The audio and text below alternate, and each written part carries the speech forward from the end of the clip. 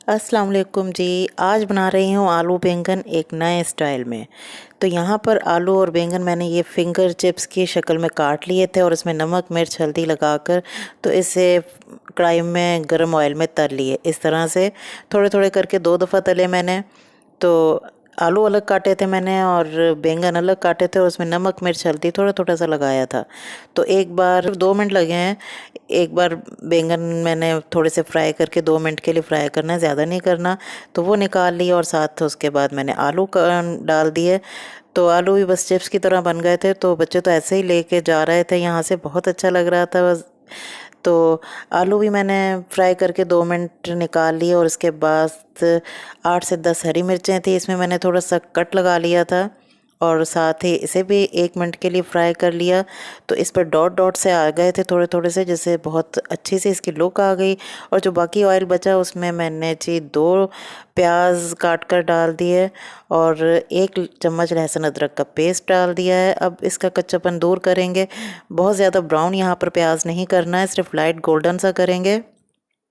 और साथ ही जी 2 टमाटर भी कट करके डाल दिए। तो ये एक नए तरीके से मैं बना रही हूँ और इस तरह आप यकीन कीजिए बहुत ही टेस्टी आलू बैंगन बने थे। तो टमाटर के बाद इसमें कुटी हुई लाल मिर्च हल्दी नमक भी डाला था, वो थोड़ा सा स्किप हो गया पार्ट। तो मसाला अच्छी तरह से मिक्स करने के बाद इसे मैंने 2 मिनट के लिए दम पर रख दिया था, पानी वगैरह इसमें ऐड नहीं किया। 2 मिनट बाद ढक्कन हटाया तो चीज़ें नरम हो गई थी। टमाटर को हल्का सा मैश कर दें, बेशक ज़्यादा ना भी करें क्योंकि इसमें अच्छा लगेगा खड़ा सा। तो अच्छे तरह से मसाला भूनने के बाद ये चीज़ें जो फ्राई की थी, आलू हरी मिर्चें बैंगन, तो ये इसमें डाल दी मैंने। तो इसमें पानी वगैरह का यूज़ नहीं होगा, ये चीज़ें फ्राइंग के दौरान ही सारी गल गई थी। तो इसमें इस मसाले में अच्छी तरह से मिक्स कर देंगे। तो अगर आपने अभी तक ये तरीका ट्राई नहीं किया तो एक करके देखिएगा, बहुत ही मज़ेदार सा इसमें इसका टेस्ट आया था।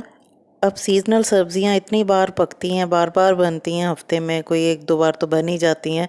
तो एक ही तरीके से बनाई जाएं तो फिर वो मज़ा भी नहीं आता और दिल भी नहीं चाहता दोबारा खाने को।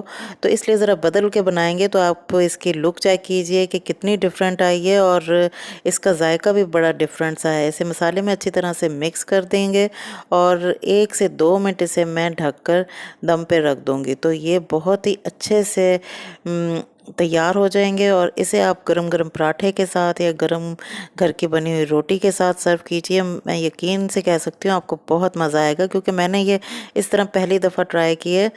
तो मेरे बच्चों को बहुत अच्छा जायका लगा इसका।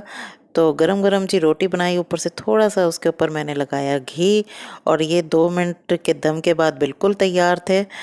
तो इसमें तो बच्चे इसलिए भी ज़्यादा खुश हो गए कि इसमें चिप्स थे बिल्कुल। तो बच्चों को चिप्स बहुत पसंद है। तो इसे आप इस तरह से जी बनाइए और एंजॉय कीजिए, इस दुआ के साथ कि अल्लाह ताला आपके और मेरे रिज़्क में बरकत अता फ़रमाए और हमें अपनी नेमतों का शुक्र अदा करने की तौफ़ीक अता फ़रमाए। फिर मिलूँगी किसी और नई रेसिपी के साथ। अपना और अपनी फैमिली का बहुत ज़्यादा ख्याल रखिएगा। अल्लाह हाफ़िज़।